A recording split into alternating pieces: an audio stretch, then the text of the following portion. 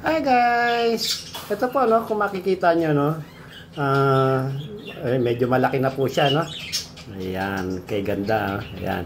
Pero madumi po yung mga paa niya dahil sa mga naapakan po kaya nilinis ko yung cage and then dapat din malinis to kasi bacteria nga po no.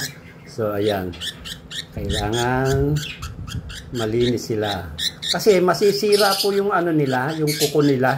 Ay ayan, yung mga paa, yung kuko, bacteria kung di natin lilinisin yan no. So matrabaho din po no, para sa mga newbie no, ito no, kailangan may oras kayo, hindi yung para lang, hindi yung kikita lang. Ayan, ayan. So kailangan alisin ang mga dumi sa paa. Ayan.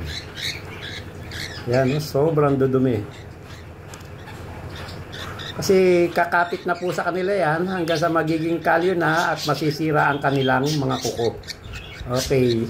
Okay guys, that's all. Yan para sa newbie, isa sa mga tip no.